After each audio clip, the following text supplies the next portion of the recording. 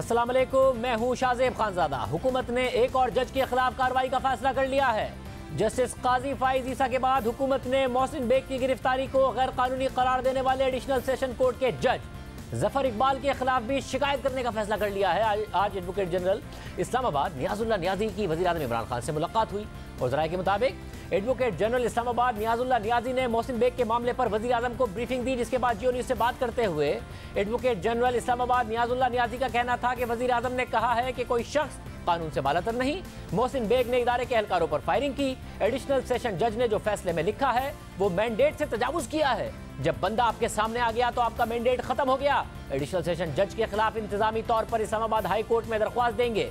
Chief justice Islamabad से additional session जज के खिलाफ कार्रवाई की दरख्वास्त करेंगे और चीफ जस्टिस से इंतजामी सतह पर भेजी जाने वाली शिकायत जज के खिलाफ रेफरेंस होगी, जिस पर फैसला chief justice Islamabad high court करेंगे।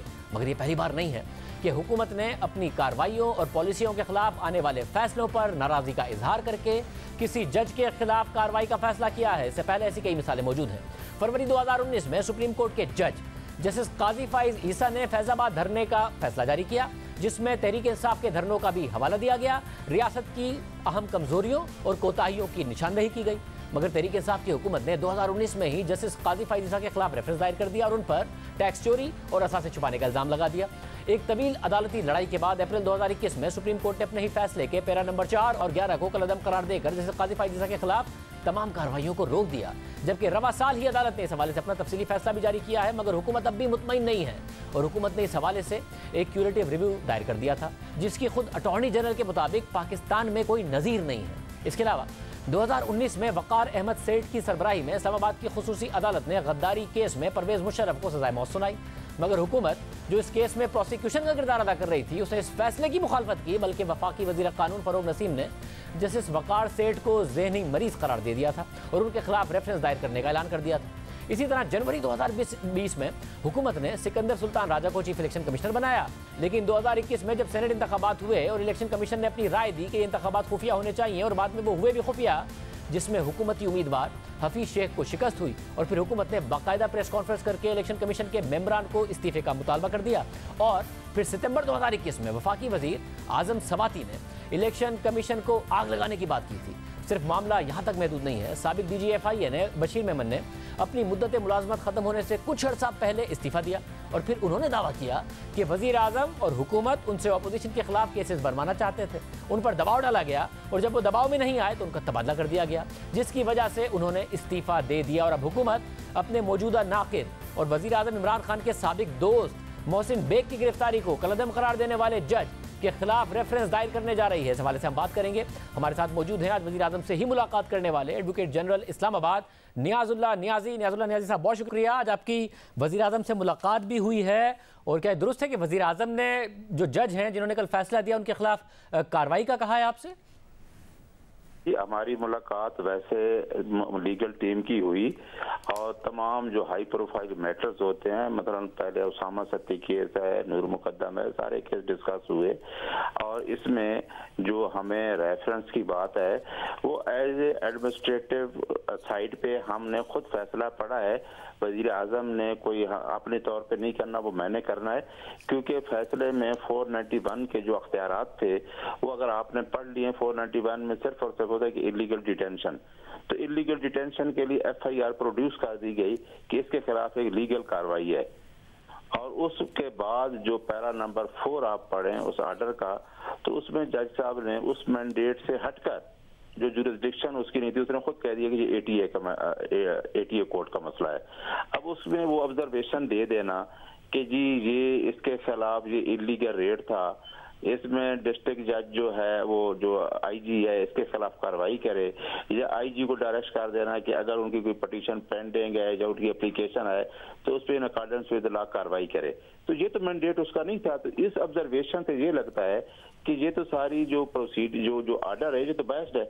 सब मगर जो जज साहब ने जो सवालात उठाए वो के 9 बजे लाहौर में FIR होना, 9:30 बजे टीम का पहुंच जाना, फिर उन्होंने पुलिस को बुलाकर भी सारे सवालात पूछे और बाद में उन्होंने ये सारा का सारा फैसला दिया। तो ये जो इदारों ने जिस तरीके से कार्रवाई की उस पर वज़ीर आज़म के तहफ़्फ़ुज़ात नहीं थे, आपके तहफ़्फ़ुज़ात नहीं कि इदारों ने कानून से बालातर होकर कार्रवाई की है? वजीर आजम भी रूल ऑफ लॉ की जंग लड़ता रहा है और हम भी रूल ऑफ लॉ की जंग लड़ रहे हैं। वजीर आजम ने वजीर आजम को पता था कि स्टेट के लोग जिन्होंने FIR दी है, FIR का साबित होना तो कोर्ट में ट्रायल में गलत है जैसा ही है, वो तो आफ्टर ट्रायल कंक्लूड होगा ना। अब वहां जाके अगर रियासत के एहलकारों के ऊपर हमला कर देना, हाथ में पिस्टल हो, आप तस्वीरें सामने देख रहे हैं कि एक बंदा गोलियां चला रहा है और उसमें FIA का एक एहलकार जख्मी हो गया है, तो क्या उनकी तरफ से ना कोई क्रॉस फायरिंग होती है? तो ये अख्तियार किसने दिया है? तो क्या स्टेट इसके लिए चुप करके बैठी रहे? स्टेट इतनी कमजोर हो जाए कि जो साहब, ये तो जाहिर है इसकी तो बिल्कुल जस्टिफिकेशन दी नहीं जा सकती जो कल मोहसिन बेग साहब ने किया, वो तो आपकी बिल्कुल दुरुस्त बात है। मगर जज साहब ने अपने फैसले में लिखा है कि ये फैसला इंसदाद दहशतगर्दी ने अदालत ने उनका रिमांड दिया है, ये फैसला वो अदालत करे। उन्होंने रेड के ऊपर अपना ऑब्जर्वेशन दिया है, उन्होंने ये नहीं कहा कि इंसदाद दहशतगर्दी ने भी अपना फैसला गलत दिया है और मोहसिन बेग ने ये सब नहीं किया जो उन्होंने किया है। इस पर तो उन्होंने राय नहीं दी। बिल्कुल ठीक है। अब 491 का मैंडेट जो है ना, वो सिर्फ इतना है कि हम कोर्ट में जाते हैं कि ये हेबियस कॉर्पस की रेट है या पटिशन है हेबियस कॉर्पस की कि इलीगल डिटेंशन है। इलीगल डिटेंशन कानून कहता है किसी को आप इलीगल गैर कानूनी तौर पे नहीं रख सकते। अब उसमें जज साहब के सामने एक FIR आ गई कि ये FIA ने पर्चा दिया और उसमें एक लीगल कार्रवाई हो रही है। अब उसके बाद वो जिस तरह उस कोर्ट को भेजा, अब उस कोर्ट ने देखना है। अब आगे जाके ऑब्जर्वेशन देना, ये तो आगे भी अब जो पटिशन हमारे खिलाफ आई है क्वेश्चमेंट की, इसी को बेस बना के क्वेश्चमेंट फाइल की गई है और दोनों FIR की क्वेश्चमेंट के लिए पेंडिंग है सुबह के लिए। तो अब वो पूरी आप पटिशन पढ़े रेट जो हमारे वो दोस्त लंदन काउंसिल ने की है, उसने तमाम आर्डर ही रिप्रोड्यूस किया है। तो ये आर्डर क्यों ऐसा जज साहब ने ऐसा आर्डर लिखा है जो 491 का मैंडेट था इलीगल डिटेंशन का, वो उसने कर दिया। तो आप क्या करेंगे अब उनके खिलाफ? क्या कार्रवाई करने का सोच रहे हैं? देखिए, हमने तो चीफ जस्टिस को अप्रोच कर रहे हैं, इस्लामाबाद हाई कोर्ट को। उसको हम पटिशन फाइल करेंगे कंप्लेंट की, ये ऑब्जर्वेशन देखें कि आया 491 के मैंडेट में ये दिया है, ये क्या बेस्ट उनकी ऑब्जर्वेशन नहीं है कि एक पुलिस को डायरेक्ट करना कि इन अकॉर्डेंस से इतला देखें, अगर उसकी कोई पटिशन पेंडिंग है या उसकी आई है या आने वाली है तो उस पर बाद में देखें और पुलिस के खिलाफ कार्रवाई करें।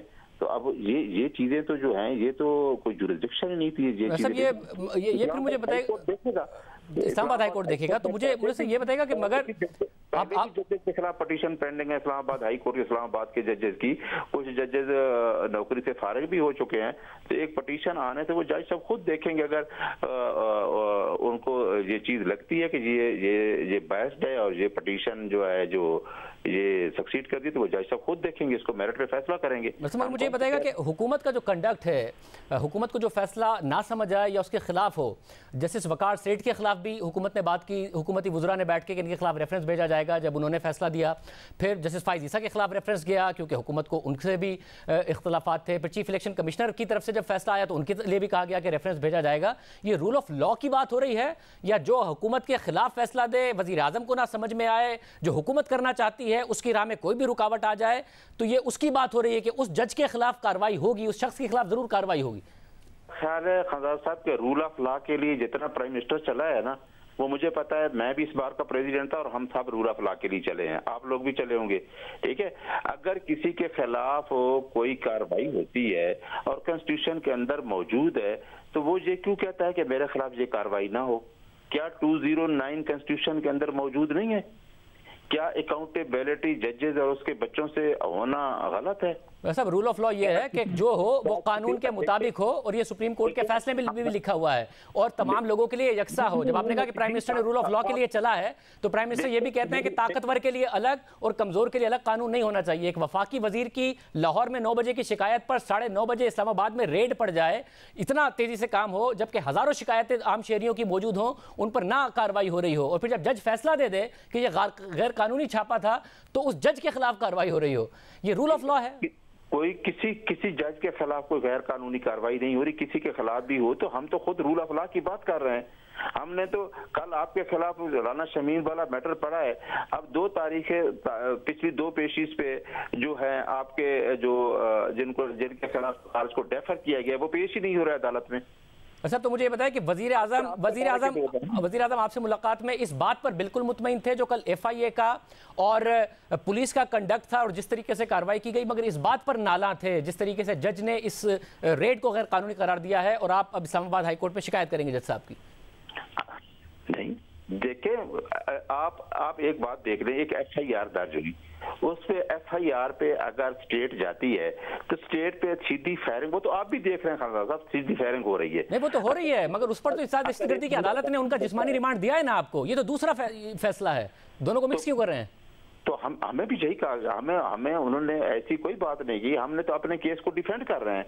जो हमारा केस कल क्वेश्चनमेंट होगा उसमें हम पेश होंगे और हम अपना मौका बयान करेंगे। और तो आप केस कंटेस्ट करें, ये तो जुडिशरी पर प्रेशर है ना कि जो जज खिलाफ फैसला दे दे उसके खिलाफ कार्रवाई के लिए आप आगे जाएंगे। प्रेशर नहीं है, कोई ऐसा प्रेशर नहीं है, ना ऐसे प्रेशर को प्राइम मिनिस्टर मानता है ना हम मानते हैं। हम रूल ऑफ लॉ की बात करते हैं, रूल ऑफ लॉ हर के लिए बराबर होगा। बात करने में और अमल में भी मुताबिकत होगी या नहीं होगी? वकील वकला के खिलाफ नहीं, प्रोसिक्यूटर वकला के खिलाफ केस पेंडिंग है। अब वो चीफ जस्टिस के चैम्बर में गए, वो तो एम्प्टी हैंडेड थे, उनके खिलाफ 780 है, वो पेंडिंग है, वो जेलें काट के आए हैं। तो ये रूल ऑफ लॉ तो सबके लिए बराबर है। ये रूल ऑफ लॉ है या फाशिज्म है? मेरे मुताबिक जो नहीं काम करेगा उसके खिलाफ कार्रवाई होगी, चाहे वो कोई जज ही क्यों ना हो, चाहे चीफ इलेक्शन कमिश्नर ही क्यों ना हो। बाकी अगर इदारे मावरा कानून के कुछ भी कर लें मगर मेरे हक में जाता होगा तो वो ठीक है। मेरे खानदान के ऊपर कोई बात करे, मेरे वजीर के ऊपर कोई बात करे तो वो ठीक है, मगर अगर आम शहरी के लिए और तो ये फाशिज्म है, रूल ऑफ लॉ है। ये पावर के फुल के लिए अलग कानून और कमजोर के लिए अलग कानून है। मेरा ख्याल है कि ये अगर हुकूमत के पॉजिटिव काम को आप प्रमोट करें ना तो सारा ठीक है। अगर मनफी तरीके से चीजों को चलाया जाए और जो गवर्नमेंट और जो प्राइम मिनिस्टर कर रहा है तो वो तो फिर इस चीज में रास्ते में रुकावटें बनती आ रही हैं और इस रुकावटों को वो अबूर करता जाएगा। बहुत शुक्रिया। प्रोग्राम में एक ब्रेक शामिल करते हैं, उसके बाद MQM के आमिर खान हमारे साथ मौजूद होंगे जो शहबाज शरीफ से मिले थे। फिर MQM की राब्ता कमेटी का इजलास हुआ कि MQM ने कोई फैसला कर लिया है, आपके सामने रखेंगे ब्रेक के बाद।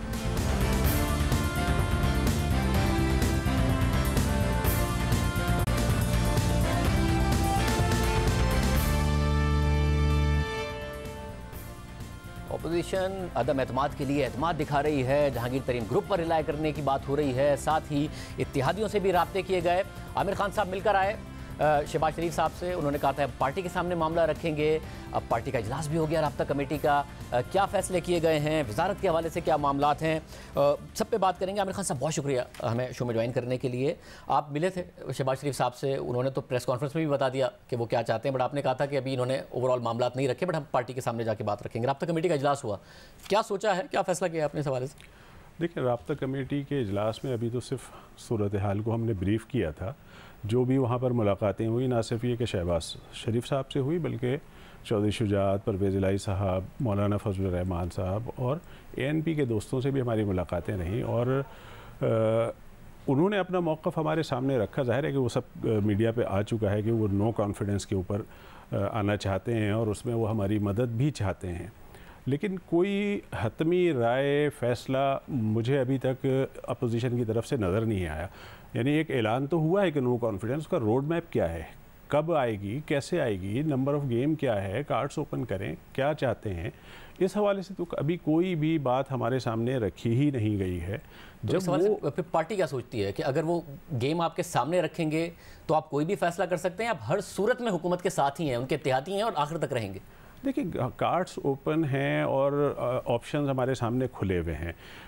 हम PTI के इत्तेहादी हैं, हुकूमत में गए थे। दायरे के एक इलेक्शन हुआ और उसमें ये भी मुमकिन नहीं था कि हम आवाम से वोट लेके जाते हैं उनके मसाइल के हल के लिए। हम सूबे में भी अपोजिशन में बैठे हों और वफाक में भी अपोजिशन में बैठे हों और जमहूरियत का भी एक तसलसल जारी रहे, उस हवाले से हमने PTI की हुकूमत को सपोर्ट की थी। लेकिन MQM एक अलग सियासी पार्टी है, MQM की अपनी एक अलग शनाख्त है। हम PTI के पाबंद नहीं हैं, हम आज़ाद हैं अपने फ़ैसले करने में। हमें जिस वक्त भी बेहतर लगेगा, मुनासिब समझेंगे तो हम उस हवाले से फ़ैसला कर सकते हैं, लेकिन इस वक्त तक हम अभी PTI के इत्तेहादी हैं और उनके साथ हुकूमत में शामिल हैं। अपोजिशन का कोई रोड मैप आए, उनका एक मौक़िफ़ तो आए ना। शाहिद खान अब्बासी साहब पीपल्स पार्टी के हवाले से कुछ बात करते हैं, उनको उस पर तहफ़्फ़ुज़ात हैं। वो अभी ये बात आ रही है कि वो एक रैली निकाल कर लेके जाएंगे, तजाजी धरना होगा। नून और वो आपस में किसी एक डेट के ऊपर अभी मुत्तफ़िक नहीं है और इससे पहले भी गुज़िश्ता 3 सालों में कई दफ़ा अपोजिशन इस तरह के इक़दाम कर चुकी है।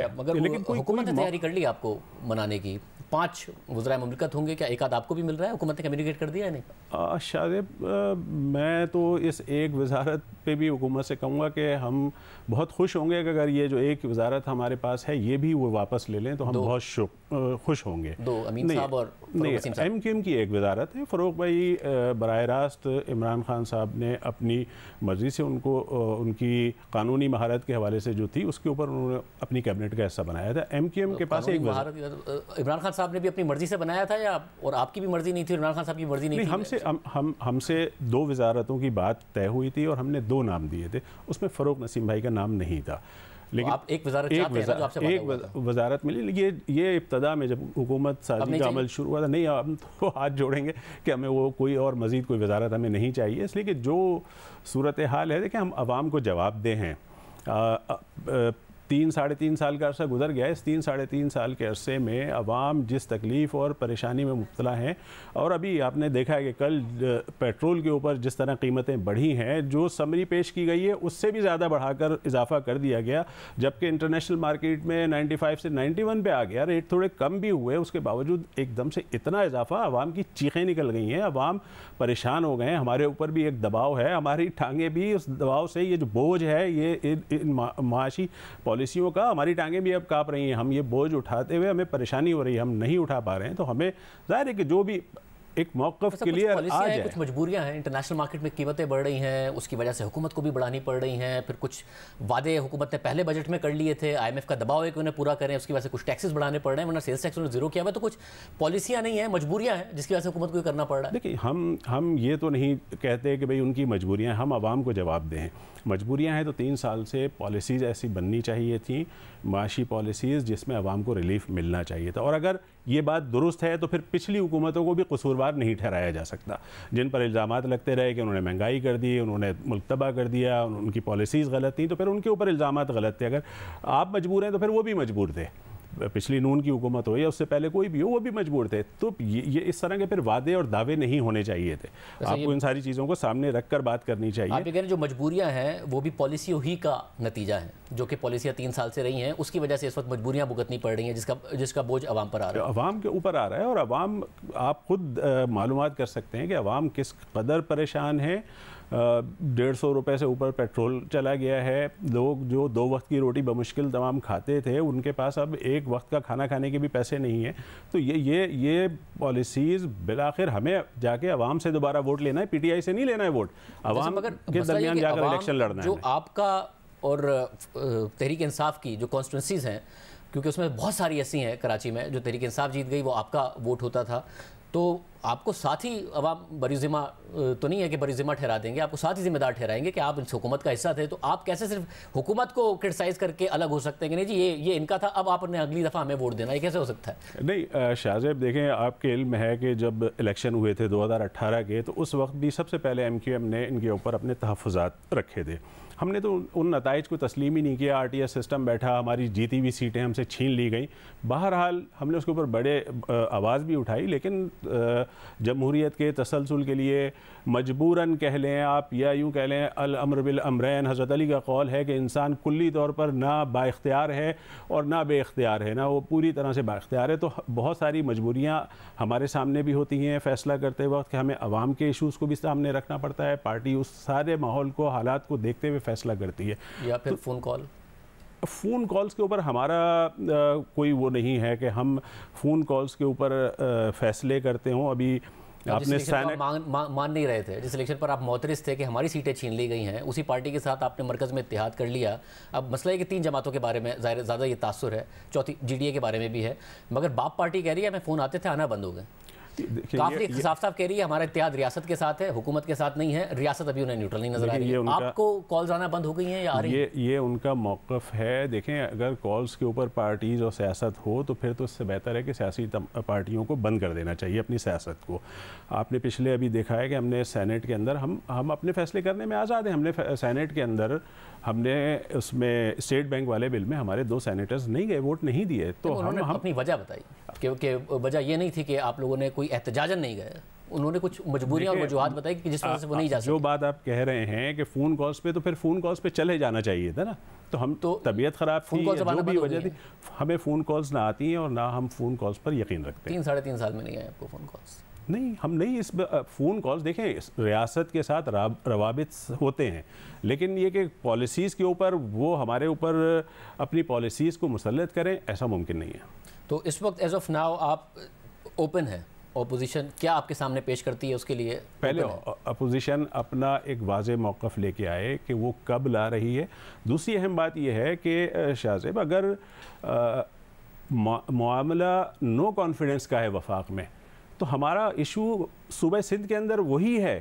وفاق اگر کچھ ہم مان لیتے ہیں کہ جو اپوزیشن کہہ رہی کہ وفاق غلط کر رہا ہے، عمران خان صاحب کی پالیسیز ٹھیک نہیں ہیں، تو صوبے کے اندر پیپلز پارٹی جو ہمارے ساتھ کر رہی ہے، جو ہمارا حل کیا ہوا ہے، انہوں نے کل شاہد خاقان عباسی صاحب نے بھی کہا ہے کہ صوبے کی گورننس کے اوپر انہوں نے اعتراضات اٹھائے. تو جو پیپلز پارٹی نے سندھ کے اندر جو پوری شہری آبادی کو دیوار سے لگایا ہے، جو ناانصافیاں کر رہی ہے، اس کا بھی تو پھر کوئی لاہ عمل بننا چاہیے. حکومت کا ہمارے شو میں کہا شاہ محمود قریشی صاحب نے کہ قاف لیگ کو نون لیگ پنجاب میں کیا دے دے گی اور ایم کیو ایم کو پیپلز پارٹی سندھ میں کیا دے دے گی کہ یہ ہمارے خلاف جائیں گے. یہ کانفیڈنس ہے حکومت کا. یقیناً جب ایسی کوئی موو ہوگی اور ہم سے رابطہ کیا جائے گا تو ہم سندھ کے ایشوز کو بھی سامنے رکھیں گے نا، کہ اس کا بھی کوئی سولوشن نکلے، اس کے بعد پھر رابطہ کمیٹی کوئی فیصلہ کرے گی. اچھا، پھر یہ اس وقت کیونکہ آپ کہہ رہے ہیں کہ رابطہ کمیٹی بعد میں فیصلہ کرے گی، ابھی کم از کم یہ معاملہ رکھا جائے، تو آپ یہ دیکھیں گے کہ آپ کو ملے گا کیا؟ کیونکہ سندھ میں باقی آپ کو پی ٹی آئی کے علاوہ، اگر پی ٹی آئی کی ظاہر مرکز میں حکومت ہے، ایک وزارت آپ کے پاس ہے، آپ کہہ رہے ہیں وہ بھی نہیں چاہیے، تو پھر آپ کو کیا چاہیے؟ سندھ میں تو پیپلز پارٹی آپ کو کیا دے دے گی؟ اس کے تو آپ خلاف کھڑے ہوئے ہیں. دیکھیں، ہم نے صرف بلدیاتی اداروں کے حوالے سے بھی بات کی ہے، اور ہم کہتے ہیں کہ سندھ کے شہری علاقوں، خاص طور سے شہری علاقوں کے اندر لوگوں کے ساتھ جو ناانصافیاں ہوئی ہیں، جو نوکریوں میں زیادتیاں ہوئی ہیں، جعلی ڈومیسائل کے ذریعے لوگوں کو بھرتی کیا گیا ہے پورے شہر کے اندر. آپ کو میں خدا نخواستہ میں کسی سندھی بھائی کے خلاف نہیں ہوں، میں اس سے اتنی محبت کرتا ہوں جتنا اپنی مہاجر قوم سے کرتا ہوں، لیکن پورے سندھ کے اندر آپ کہیں دکھا دیجئے، ڈپٹی کمشنر دکھا دیجئے، آپ ایس ایس پیز دکھا دیجئے، ڈی آئی جیز دکھا دیجئے، آپ سیکریٹریز لیول پہ دکھا دیجئے، آپ جوڈیشری میں دکھا دیجئے، کہیں پر بھی آپ کو کسی اور سندھی بولنے والے کے علاوہ کوئی اور دوسرا آدمی ملتا ہی نہیں ہے.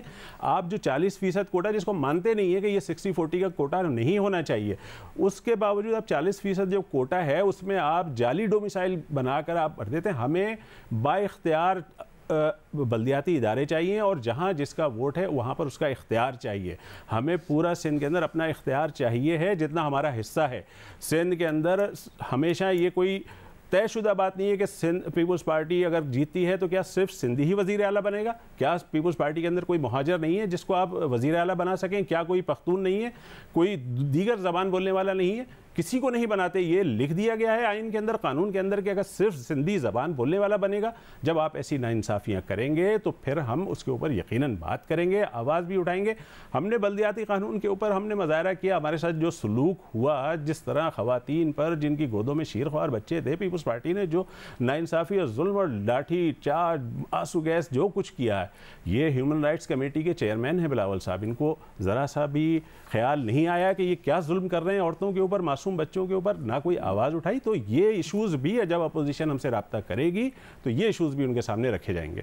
ایک بات بتا دیجیے، آپ کال سے تو انکار کر رہے ہیں، مگر جب رابطہ رہتا ہے اور پاکستان کی سیاست کو آپ آبزرو بھی کر رہے ہیں، دیگر سیاسی جماعتوں سے بھی رابطہ رہتا ہے، آپ خیال میں نیوٹرل ہو گئے ادھر حکومت کے حوالے سے؟ دیکھیں، میں اس بارے میں تو نہیں کہہ سکتا، مجھے تو کوئی کال نہیں آئی ہے. اب ادارے کسی اور کو کال کر رہے ہیں نہیں کر رہے ہیں، میں اس بارے میں تو نہیں کہہ سکتا. اگر کسی کو آ رہی ہے کال تو وہی بتا سکتا ہے. آپ کی پارٹی میں بھی کسی کو نہیں آ رہی؟ ہماری پارٹی میں کسی کو کال نہیں آئی ہے. بہت شکریہ عامر خان صاحب کی گفتگو آپ نے سنی. پروگرام میں آگے بڑھتے ہیں. آج سے 18 دن بعد پاکستان کے مختلف شہروں میں خواتین کے عالمی دن پر عورت مارچ نکالنے کی تیاریاں کی جا رہی ہیں. اس حوالے سے مہم کا آغاز ہو چکا ہے اور ابھی کچھ دنوں میں ہی ہر سال کی طرح اس کا باقاعدہ منشور بھی جاری کر دیا جائے گا. لیکن مارچ کا مہینہ شروع ہونے سے پہلے ہی وفاقی وزیر برائے مذہبی امور نے عورت مارچ نامی خواتین کے مارچ کو اسلامی طرز سے معاشرت کے منافی قرار دیتے ہوئے خود وزیر اعظم سے اس پر پابندی کا مطالبہ کر دیا ہے. عورت مارچ ہر سال 8 مارچ کو منایا جاتا ہے اور اس سال اس مارچ سے تقریباً ایک مہینہ پہلے ہی 9 فروری کو وفاقی وزیر برائے مذہبی امور نور الحق قادری نے وزیر اعظم کو ایک باقاعدہ خط لکھا اور کہا ہے کہ پاکستان میں پچھلے کچھ سالوں سے عورت مارچ کے نام سے خواتین کے حقوق سے متعلق آگاہی اور شعور بیدار کرنے کی مہم شروع کی گئی ہے۔ بظاہر تو عورت مارچ کو حقوق نسواں کے تحفظ کا عنوان دیا گیا ہے، لیکن اس مارچ میں جس طرح کے بینرز، پلے کارڈز اور نعروں کا اظہار کیا جاتا ہے، اس سے یہ تاثر ملتا ہے کہ شاید مسئلہ حقوق نسواں سے زیادہ اسلام کی طرف سے دیے گئے نظام معاشرت کا ہے۔ پاکستان ایک اسلامی ریاست ہے اور یہاں کی اکثریت اصولی طور پر اپنی زندگی کو اسلامی تعلیمات کے مطابق گزارنے کے خواہش مند ہیں۔ خط کے مطابق آئندہ 8 مارچ 2022 کو منائے جانے والے یوم خواتین میں کسی بھی طبقے کو عورت مارچ یا کسی بھی دوسرے عنوان سے اسلامی شاعر، معاشرتی اقدار، حیا و پاک دامنی، پردہ و حجاب وغیرہ پر کیچڑ اچھالنے یا ان کا مذاق اڑانے کی ہرگز اجازت نہ دی جائے، کیونکہ ایسا کرنا مسلمانان پاکستان کے لیے سخت اذیت، تکلیف اور تشویش کا باعث بنتا ہے۔ عورت مارچ کے خلاف پروپیگنڈا کا یہ پہلا واقعہ نہیں ہے اور نہ ہی اس کو بدنام کرنے یا اس پر پابندی لگانے کی یہ پہلی کوشش ہے، لیکن اس بار یہ مطالبہ کسی اور کی طرف سے نہیں بلکہ ایک وفاقی وزیر کی جانب سے ہے۔ خود وزیر اعظم سے براہ راست مطالبہ کیا گیا ہے۔ نور الحق قادری نے اپنے خط میں مزید لکھا ہے کہ عورت مارچ، حیا مارچ، خواتین مارچ یا کسی بھی دوسرے عنوان سے ریلیاں، جلسے اور پروگرامات منعقد کرنے والوں کو عورت کے حقیقی مسائل، خاص طور پر عورت کا میراث میں حق، گھریلو تشدد، دفاتر اور کام کی جگہوں پر ہراسگی اور ضروری وسائل کی عدم دستیابی، عورتوں کی تعلیم، جبری نکاح، بیوہ اور یتیم کی کفالت اور ان کا تحفظ، جنسی استحصال، نان نفقہ کی فراہمی وغیرہ جیسے مسائل پر روشنی ڈالنے اور ان موضوعات پر حکومت کے لیے تجاویز اور آراء پیش کرنے کی ترغیب دی جائے۔ یہ تھا نور الحق قادری کا عورت مارچ اور خواتین کے حقوق کے لیے کام کرنے والی دیگر تنظیموں سے مطالبہ۔ اور ہم آپ کے سامنے عورت مارچ کراچی کے گزشتہ سال جاری ہونے والے منشور کے کچھ نقاط رکھتے ہیں، جس میں انہوں نے کچھ مطالبات سندھ حکومت سے اور کچھ مطالبات وفاقی حکومت سے کیے۔ اس کے علاوہ بھی تقاریر میں تقریباً وہ تمام مطالبات کیے گئے جو نور الحق قادری صاحب اپنے خط میں کر رہے ہیں۔ عورت مارچ کراچی کے منشور کے مطابق صنف اور جنس کی بنیاد پر تشدد کا خاتمہ کیا جائے، ملک بھر میں تمام پولیس اسٹیشنز میں صنفی تشدد کے خلاف مخصوص رپورٹنگ سیلز بنائے جائیں، تھانوں اور عدالتوں میں ہیلپ ڈیسک بنائے جائیں جہاں خواتین، خواجہ سرا اور غیر صنفی افراد تشدد اور ہراسانی کے واقعات رپورٹ کر سکیں۔ نہ صرف یہ بلکہ صنفی اور جنسی اقلیتوں کے حوالے سے میڈیکل اور کاؤنسلنگ کے پیشے سے منسلک افراد کی تربیت کی جائے۔ خواتین اور خواجہ سرا میڈیکو لیگل افسران کی تعداد بڑھائی جائے۔ خواتین، خواجہ سرا اور غیر صنفی افراد کی صوبے بھر میں پناہگاہوں اور محفوظ مقامات تک رسائی آسان بنائی جائے، جبکہ موجودہ دارالامان اور پناہگاہوں کی فنڈنگ بڑھائی جائے۔ سندھ حکومت مذہب کی جبری تبدیلی کے خلاف مجوزہ بل فوری پاس کرتے ہوئے بچی اور خواتین کی زبردستی شادی اور مذہب کی تبدیلی کو روکتے ہوئے قصورواروں کو جلد اور مؤثر انداز میں قانون کے کٹہرے میں لائے اور ان کے خلاف ٹھوس ایکشن لے۔ عورت مارچ کے آرگنائزرز نے مطالبہ کیا کہ غیرت کے نام پر عورتوں، بچیوں، خواجہ سراں اور غیر صنفی افراد کے قتل کو روکا جائے اور ایسا کرنے والوں کے خلاف قانونی کارروائی کی جائے۔ عورت مارچ کے آرگنائزرز نے مطالبہ کیا کہ کام کرنے والی جگہوں پر خواتین کی ہراسانی کے خلاف تحفظ ایکٹ کے قانون کو نافذ کیا جائے۔ عورت مارچ نے مطالبہ کیا کہ سندھ میں بچیوں کے تحفظ کے لیے قائم مخصوص سینٹرز کو جلد آپریشنل اور فنکشنل بنایا جائے اور ان کو یہ اختیار بھی دیا جائے کہ وہ بچوں کی کم عمری میں شادیوں کو روک سکیں۔ ساتھ ہی وفاقی حکومت سے مطالبہ کیا گیا تھا کہ تمام صوبوں میں ماورائے عدالت قتل کو روکا جائے، تمام مسنگ پرسنز کو فوری رہا کیا جائے اور اس حوالے سے کوئی تفریق کیے بغیر آئین اور قانون کو سختی سے لاگو کیا جائے۔ مطالبات میں یہ بھی شامل تھا کہ تجاوزات کے خلاف آپریشن کے دوران جو لوگ بے گھر ہوئے انہیں باعزت طریقے سے گھر فراہم کیا جائے۔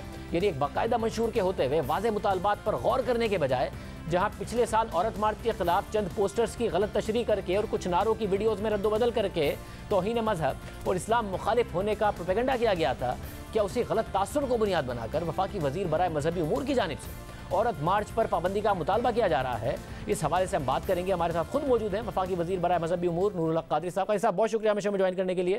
قادری صاحب، آپ نے وزیر اعظم کو خط لکھا اور ظاہر ہے اس خط میں آپ نے کہا کہ عورت مارچ یا کسی بھی دوسرے عنوان سے اسلامی شاعر، معاشی اقدار، حیا و پاک دامنی، پردہ اور حجاب وغیرہ پر کیچڑ اچھالنے یا ان کا مذاق اڑانے کی ہرگز اجازت نہ دی جائے، کیونکہ ایسا کرنا مسلمانان پاکستان کے لیے سخت اذیت، تکلیف اور تشویش کا باعث بنتا ہے۔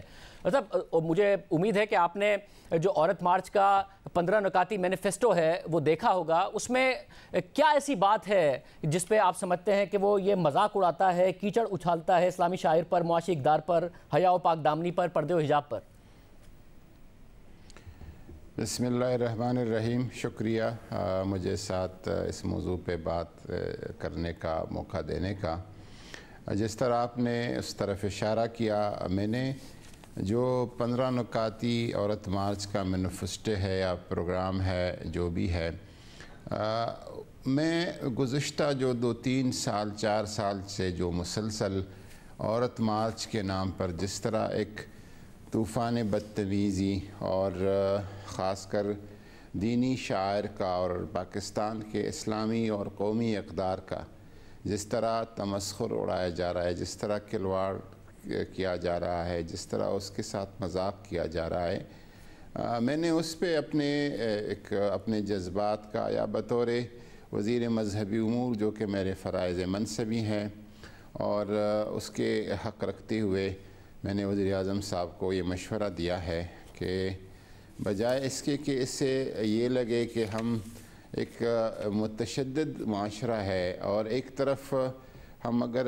لبرلز ہیں تو بھی ایک ایکسٹریم کی طرف جا رہے ہیں اور فاشسٹ لبرل جس کو کہا جا رہا ہے وہ ہیں، اور دوسری طرف مذہبی جنونیت ہے، تو ہمارے ملک کا جو رستہ ہے اس کے درمیان سے ہے۔ مجھے یہ بتائے گا کہ آپ نے جیسے کہا کہ پردہ و حجاب وغیرہ پر کیچڑ اچھالا جاتا ہے، اب یہ بھی آپ کہہ رہے ہیں کہ یہ بہت کچھ ایسا ہوتا ہے، حالانکہ عورت مارچ میں تو حجاب میں موجود خواتین بھی شرکت کرتی ہیں اور باقاعدہ طور پر بڑی تعداد میں شرکت کرتی ہیں، تو ان کا جو مینیفیسٹو ہے 15 نکاتی، اس کا پہلا نکتہ ہے کہ ملک بھر میں تمام پولیس اسٹیشنز میں صنفی تشدد کے خلاف مخصوص رپورٹنگ سیلز بنائے جائیں، تھانوں اور عدالتوں میں ہیلپ ڈیسک بنائے جائے جہاں خواتین خواجہ سرا تشدد اور ہراسانی کے واقعات رپورٹ کر سکیں۔ نہ صرف یہ بلکہ صنفی اور جنسی اقلیتوں کے حوالے سے میڈیکل اور کاؤنسلنگ کے پیشے سے منسلک افراد کی تربیت کی جائے، خواتین اور خواجہ سرا میڈیکو لیگل افسران کی تعداد بڑھائی جائے، خواتین خواجہ سرا اور غیر صنفی افراد کے صوبے بھر میں پناہ گاہوں اور محفوظ مقامات تک رسائی آسان بنائی جائے۔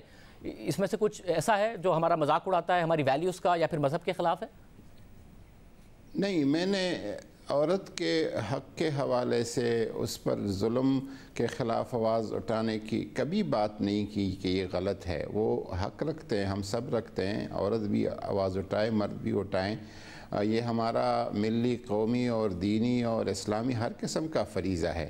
لیکن اس نام پہ بیسک مینیفیسٹو تو یہ ہے، لیکن جس طریقے سے، جس انداز میں اور جس طریقہ کار سے گزشتہ 3-4 سال سے آپ سب کے علم میں اس کا اعادہ نہیں کرنا چاہتا، جو سلوگنز تھے ان مارچ کے، جو نعرے لگائے گئے، جو بینرز اٹھائے گئے، وہ انتہائی اخلاق باختہ اور ہماری روایات سے یکسر متصادم اس طرح کے نعرے تھے جس کو کوئی شریف آدمی زبان پر بھی نہیں لا سکتا۔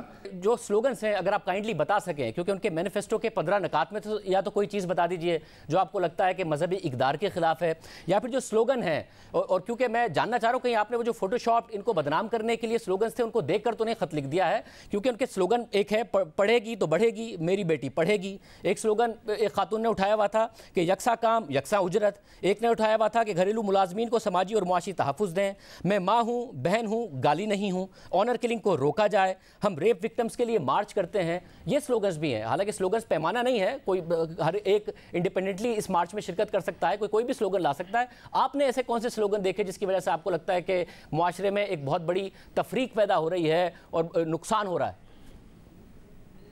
آپ میرے خیال میں ایک بڑے یا تو بالکل آپ نے دیکھے نہیں یا سنے نہیں، یا آپ تجاہل عارفانہ سے کام لے رہے ہیں اور مجھ سے خامخواہ وہ سلوگنز، وہ نعرے، وہ الفاظ دہرانا چاہتے جو کہ میں نہیں دہرانا چاہوں گا۔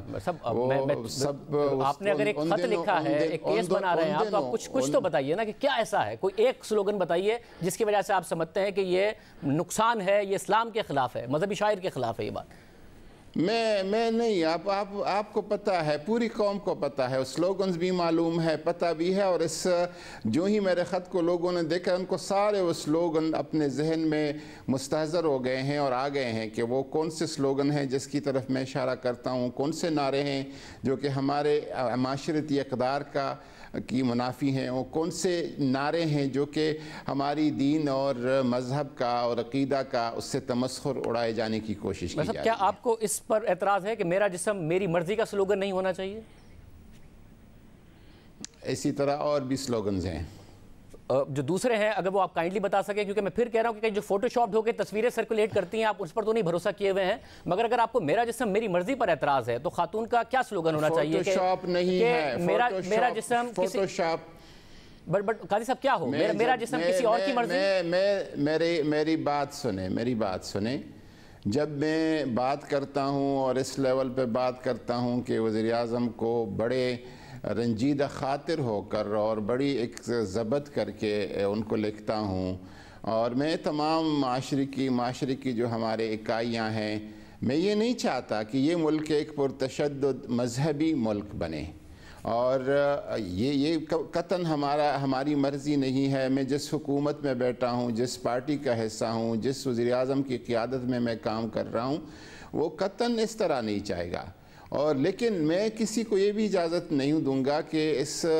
ملک کو یہ دیکھا جائے کہ ایک فاشسٹ لبرلز کا، ایک انتہائی متعصب لبرلز کا کوئی ملک ہے۔ اس ملک نے ایک درمیانہ رویوں والا ملک رہنا ہے۔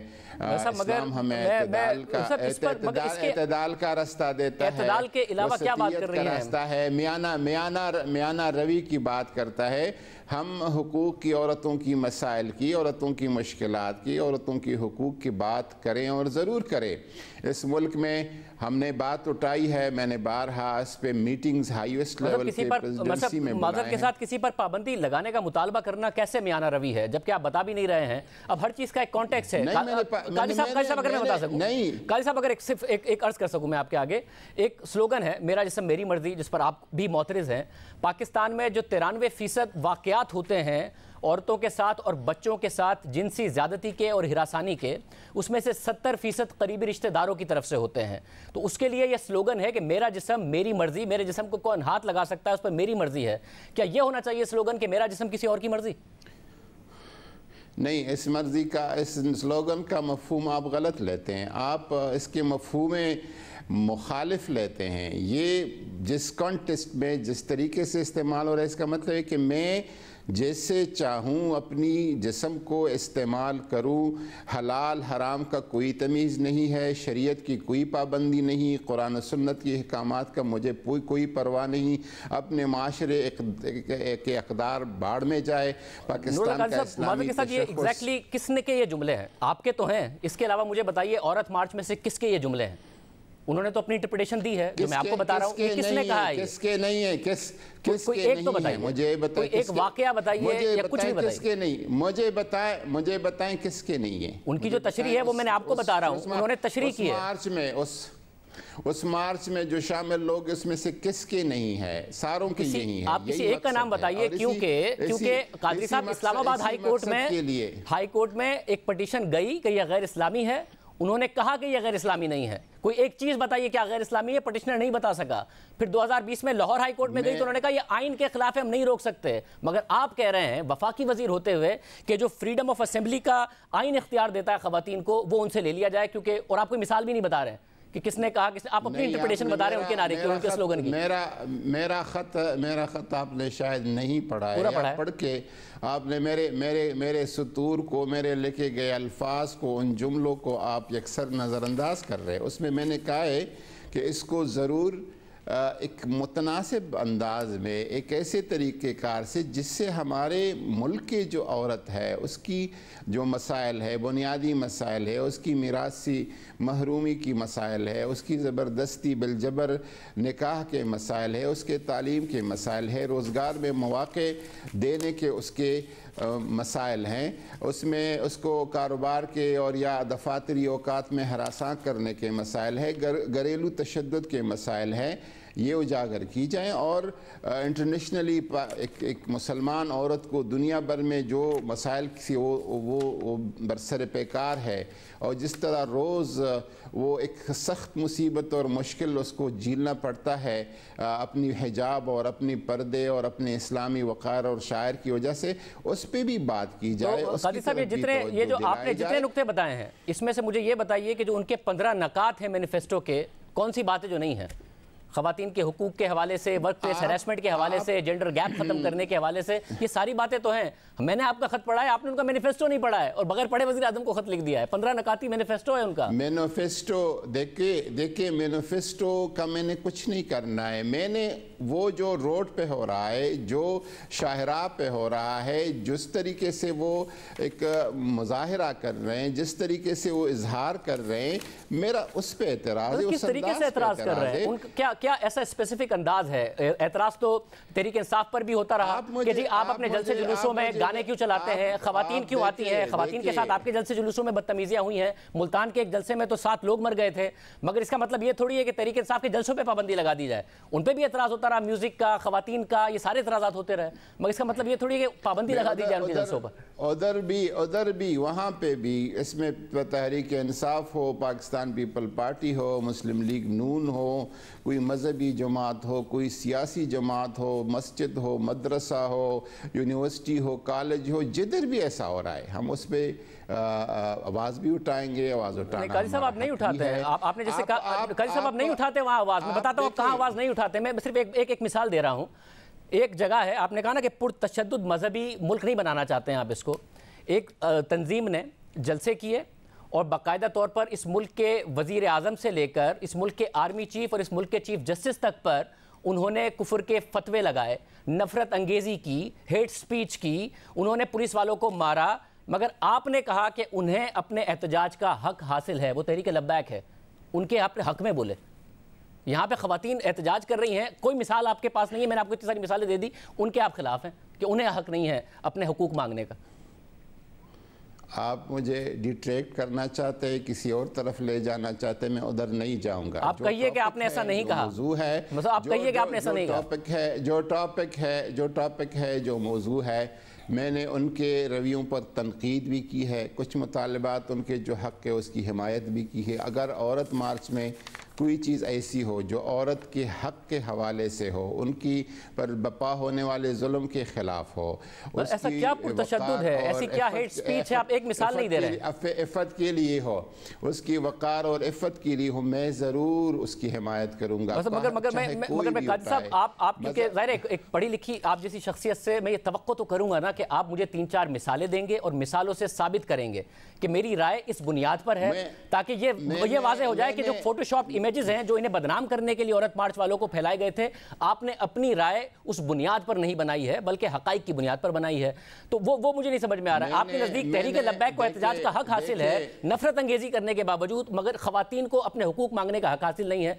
आपने अपने ख़त में लिखा कि वो नफरत अंगेज़ी करती हैं या फिर वो बात करती हैं पर्दे के खिलाफ, हालांकि पर्दे में एहतजाज करती हैं। पता नहीं आपने वो तस्वीर देखी नहीं देखी। तो आपसे तवक्को कर रहा हूँ, मैं एक अच्छी तवक्को के साथ आपसे सवाल कर रहा हूँ कि आपने खत हक़ाइक़ की बुनियाद पर लिखा होगा, क्योंकि खतरे में पड़ जाती हैं ख़वातीन। पिछले साल भी इनके खिलाफ बहुत नफरत अंगेज़ी हो गई थी।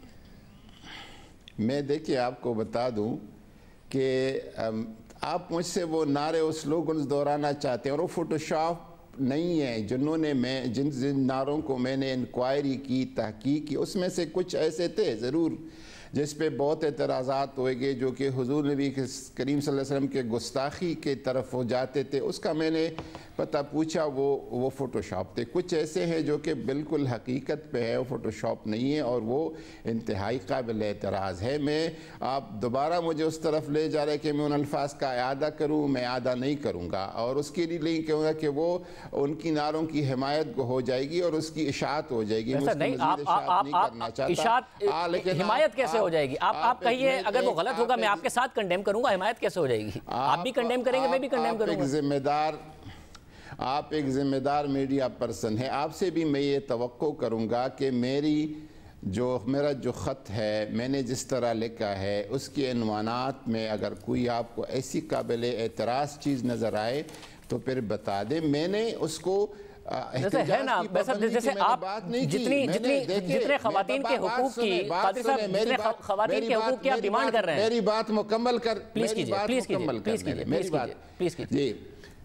मैंने एहतजाज करने की या आवाज़ उठाने की या मार्च करने की तो मुखालफत नहीं की है। मैंने उस अंदाज की जिस अंदाज से इस माशरे की तमाम अक़दार की नफ़ी होती है और इस्लामी शायर का तमस्खुर और मजाक उड़ाया जाता है, जो कि औरत के हकीकी मसाइल है, उससे चश्मपोशी करके मनगढ़ंत और अपने आप से बनाए गए मसाइल बनाकर उसको एक इंतहाई वाहियात किस्म के स्लोगन्स के साथ उठाया जाता है। मैं उसकी बात की है।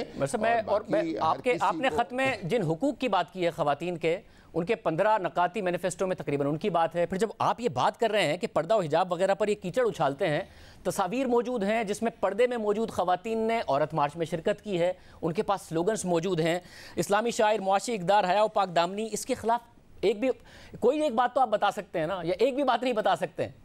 کوئی ایک بات تو ہوگی کہ دیکھیں جی یہ بات جو ہے یہ پردے کے خلاف ایسی کیا بات ہے, حیا و پاک دامنی کے خلاف کیا بات ہے, اسلامی شاعر کے خلاف کیا بات ہے؟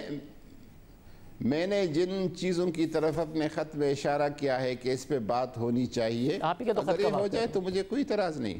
وہ انہی پر بات ہوتی ہے. آپ ان کا مینیفیسٹو دیکھ لیں اور ایک باقاعدہ طور پر اوتھینٹک کوریج دیکھ لیں اور ان کی تقاریر سن لیں, تو پھر مجھے بتائیے کہ ان کی کسی ایک اللہ کرے آپ کی جو خوشگمانی ہے, جو آپ کا حسن ظن ہے, جو آپ اتنی اپٹومسٹک ہیں اس حوالے سے, تو یہ تو بہت اچھا ہوگا. مگر میری خوشگمانی اگر انہی چیزوں پہ گفتگو ہو اور انہی کے حوالے سے مارچ ہو اور انہی کے حوالے سے گفتگو ہو, میں اس پہ بات مگر میری خوشگمانی کو غلط ثابت کرنے کے لیے کوئی ایک تقریر, کوئی ایک مثال, کوئی ایک بات آپ دینے کو تیار نہیں ہے. میں نے آپ کو متعدد مثالیں دے دی ہیں. اگر میری خوشگمانی ہے اور آپ کا جو تجزیہ ہے یا پھر تاثر ہے وہ غلط نہیں ہے, تو اس کی ایک مثال دے دیجئے کہ ایک تقریر میں یہ بات ہو گئی تھی جو کہ مناسب نہیں ہے, سلوگن یہ آ گیا تھا, حالانکہ فری ہے, کسی بھی سیاسی جلسے میں سلوگنز لگ جاتے ہیں, سیاسی جماعتوں کے ان پہ پابندیاں نہیں لگ جاتی ہیں, کوئی اگر سلوگن لے کر آ بھی جائے, مگر آپ کوئی مثال ہی نہیں بتا رہے ہیں. دیکھیں اگر میرے خط سے آپ کو تکلیف ہے یا کسی اور کو تکلیف ہے, میں اس پہ کبھی نہ معذرت کروں گا. ویسے میں تکلیف نہیں ہے, آپ فریڈم آف اسمبلی آئین اختیار دیتا ہے خواتین سے, وہ لینا چاہتے ہیں. میں سمجھتا ہوں کہ میں اپنے آپ کو انتہائی ایک معتدل اور اسلام کا جو میان روی کا جو تصور ہے اور تصویر ہے اس کے ساتھ چلنے والا آدمی ہوں, اور میں نے اگر اس حوالے سے بات کی ہے تو پاکستان کا جو اصل تصور ہے اور جس کو ہم قائد اعظم کی فرامین اور آئین پاکستان اور قرآن و سنت کے مطابق دیکھنے کے, اور جو ہمارے معاشرتی اقدار ہے, اس معاشرے میں ورائٹی ہے کلچرز کی, کوئی پردہ کرتا ہے, کوئی نہیں کرتا, کوئی برقع پہنتا ہے, کوئی بڑا چادر پہنتا ہے, کوئی دوپٹہ پہنتی ہے, ان ساری چیزوں کو ساتھ لے کے ہم نے چلنا ہے. یہی تو کہہ رہے ہیں عورت مارچ والے, ہمیں اپنی آپ وہی بات کر رہے ہیں جو عورت مارچ والے کر رہے ہیں کہ ہر ایک کو حق حاصل ہے کہ وہ کیا پہننا چاہتا ہے.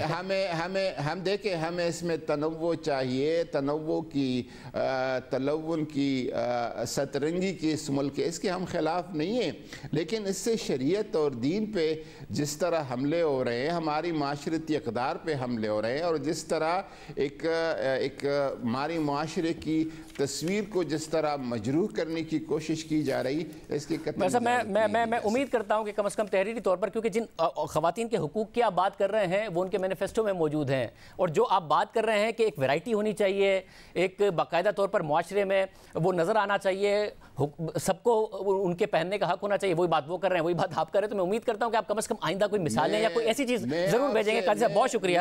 ناظرین گفتگو آپ نے سنی, جا دیجیے. اللہ حافظ.